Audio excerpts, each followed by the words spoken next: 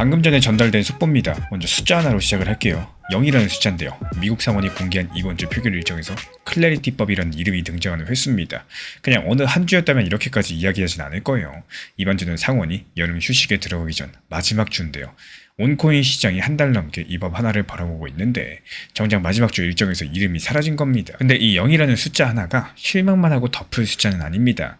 읽는 방법이 따로 있거든요. 그래서 오늘 영상에서는 그 읽는 방법들 처음부터 끝까지 말씀드려 보도록 하겠습니다. 이번 클립토 슬레이트 보도에 따르면요, 미국 상원이 3일 현지 시간 월요일 회의 일정을 공개를 했고, 이 개회는 우리 시간으로 내일 새벽 4시입니다. 근데 이날 잡혀있는 표결은 딱 한 가지뿐이에요. HR 6500이라는 번호가 붙은 법안인데 정부 지출을 당분간 이어가기 위한 임시 예산 성격의 안건이고 코인과는 관련이 없습니다. 클래리티법은 이 일정 어디에도 없는 상황이고요. 근데 문제는 날짜입니다. 8월 10일부터 미국 상원은 여름 동안 쉬는 기간에 들어갈 예정인데요. 의원들이 워싱턴을 떠나 있는 기간이기 때문에 이때는 본회의 표결이 없고 다시 모이는 것은 9월달입니다. 그러니까 이번 주가 여름이 끝나기 전 이 법을 처리할 수 있는 마지막 한 주라는 뜻이겠죠. 지금 시장이 이 법을 얼마나 쳐다보고 있었는지는 이런 장면에서도 드러납니다. 일본의 한 대형 금융그룹은 지난주 실적 발표에서 코인 시장 전반이 가라앉아 있는 이유로서 미국의 이 법 처리가 늦어지는 상황들을 콕 집어가지고 이야기를 했습니다. 크립토 베이직이 전한 내용인데요. 그 정도로 모두가 기다리는 법인데 마지막 주 일정에 이름이 없다라는 소식이 나온 겁니다. 근데 여기서 이상한 점이 하나 있죠. 부결됐다는 뉴스가 없어가지고 법을 포기했다는 발표도 없습니다. 이 표결 대결에서 진 게 아니라 표 대결 자체가 잡히지 않은 상태라는 거예요. 이 두 가지가 완전히 다른 이야기인데요. 진 법은 되살리기 어렵지만 잡히지 않은 법은 아직 결과가 나오지 않은 법이니까요. 그렇다면 질문은 한 가지만 남습니다. 왜 지금 지도부는 표결을 일정에 올리지 않았을까요? 이 질문에 답을 하려면은 지금 미국 상원에서 법 하나가 통과되기까지의 순서를 잠깐 보셔야 됩니다. 그럼 상원에는 독특한 규칙이 하나 있죠. 법안을 최종 표결에 붙이기 전에 이제 토론을 그만하고 표결로 넘어가자. 이런 결정을 따로 통과시켜야 됩니다. 그리고 이 결정에 필요한 표가 단순 과반이 아니라 60표입니다. 게다가 이 결정을 하자는 신청을 내면은 그날 바로 표결을 하는 게 아니라 규칙상 며칠을 기다렸다가 표결하게 되어 있습니다. 크립토 슬레이트는 이 절차를 남은 날짜에 대입해서 이렇게 계산을 했는데요. 정상 절차로 간다면 수요일까지는 신청이 제출돼야지 금요일에 표결이 가능할 거고 그 금요일 표결도 최종 통과 표결이 아니라 이 법을 본격적으로 다루기 시작할지를 묻는 첫 번째 단계 표결이라는 겁니다. 물론 방법이 아예 없는 것도 아닌데요. 일정을 압축할 길이 두 가지 남아있고 한 개는 공화당과 민주당이 함께 일정 단축을 요청하는 방법이고요. 또 다른 하나는 만장일치 합의입니다. 이 만장일치 같은 경우는 말 그대로 그 자리에 의원 전원이 한 명도 반대하지 않아야 성립하는 방식이고 대신에 성립만 된다면 대기 시간을 건너뛰고 일정을 통째로 앞당길 수 있겠죠. 그럼 길이 남아있긴 한 건데 근데 왜 어느 쪽도 시작되지 않고 있을까요? 이제 오늘 가장 중요한 숫자 두 가지를 붙여보도록 하겠습니다. 첫 번째 숫자는 60에서 53을 뺀 7입니다. 이 통과에는 60표가 필요한데 공화당 의석은 53석이죠. 공화당 의원 전원이 찬성표를 던져도 7표가 모자라기 때문에 민주당에서 최소 7명의 찬성이 더해져야 돼요. 두 번째 숫자는 공개된 법안이 이대로 부족하다라면서 추가 협상을 요구하고 있는 민주당 의원의 숫자입니다. 역시 7명인데요. 크립토 슬레이트에 따르면은 이 7명은 이름까지 공개가 되어 있고 협상은 계속하겠다는 입장입니다.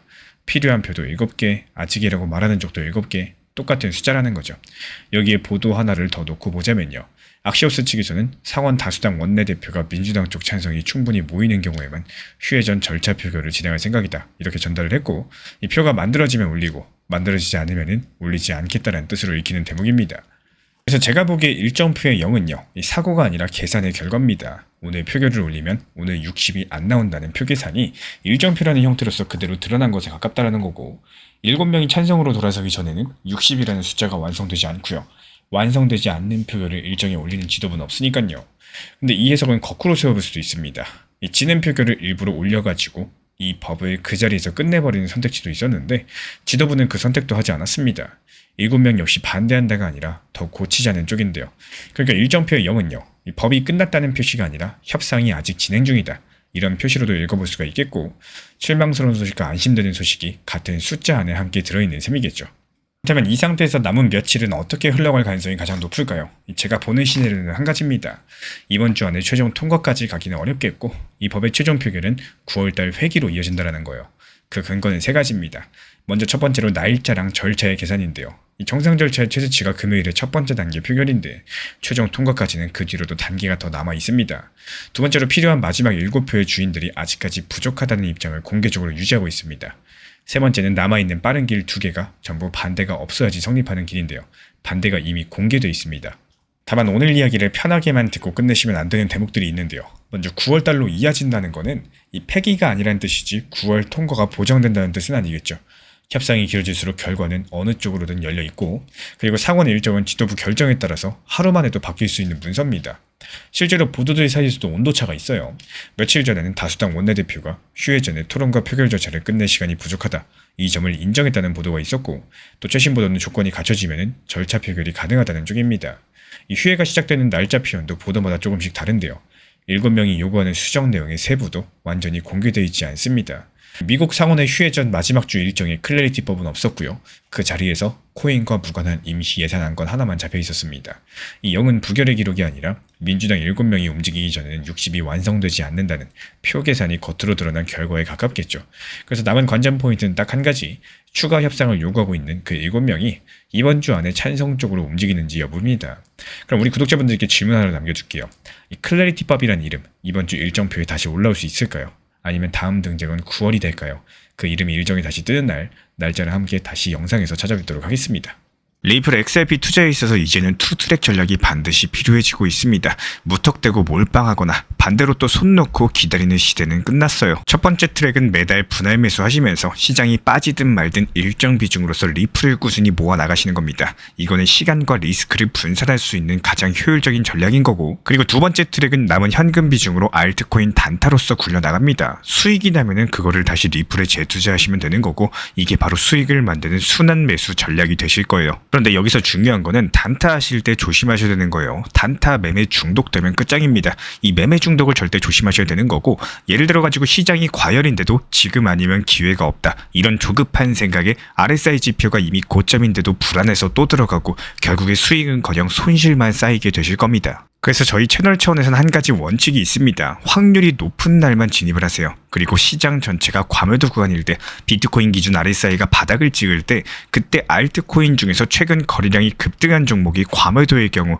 MACD, 볼린저 밴드, 이동평균선과 일목균형표 참고해서 신중하게 매수 진입 타점 들어갑니다. 그리고 그 외에는 아예 매매를 쉬는 날도 반드시 있어야지 진짜 단타인 거고, 그렇다면 이걸 어떻게 구별할 수 있는지 궁금하실 거예요.